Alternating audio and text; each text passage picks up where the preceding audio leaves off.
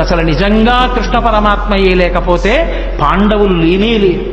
ద్రోణాచార్యుల వారు ఒకానొక సందర్భంలో విజృంభించి ధనస్సు పట్టుకుని వైరి పక్షంలో ఒక్కడిని బ్రతకనివ్వనని అగ్నిహోత్రంలా విజృంభించాడు. కృష్ణ పరమాత్మ దగ్గరికి వెళ్ళి ఏడిచాడు ధర్మరాజు. ఏం చేయమంటావు, ఎలా ఇప్పుడు సాక్షాత్తు గురువు ఆయన్ని ఎలా నిగ్రహించడం అని.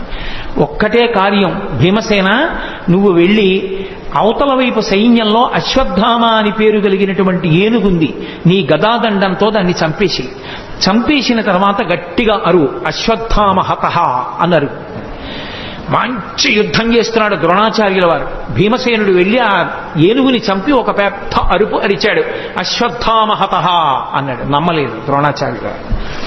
నన్ను నా ఉత్సాహాన్ని తగ్గించడానికి అరుస్తున్నాడని అదే బాణ పరంపర కొనసాగిస్తున్నాడు. ఆయన ధనస్సు వదిలేయాలంటే ఒక్కటే మార్గం, నువ్వు ఆయన ముందు చెప్పావో అశ్వత్థామ చచ్చిపోయాడని ధనస్సు కింద పడేస్తాడు, కొడుకు మీద వ్యామోహం. అందుకని అశ్వత్థామ హతః అను, నీ అబద్ధం చెప్పద్దు, అశ్వత్థామ హతః అని గట్టిగా అని కుంజరహ అని మెల్లిగాను అన్నాడు. కుంజరహ అంటే ఏనుగు. ధర్మరాజు గారు వెళ్ళగానే చూశాడు ద్రోణాచార్యుల వారు అబద్ధం ఆడటం అని. ధర్మరాజా అశ్వత్థామ ఏమయ్యాడన్నాడు, అశ్వత్థామ హతః కుంజరహ అన్నాడు. ధర్మరాజు గారి నోటి వెంట ఆ మాట విన్నాడంతే వదిలిపెట్టేశాడు. వదిలిపెట్టేయడం ఏమిటి, బాణాలు కొట్టేశాడు అర్జునుడు.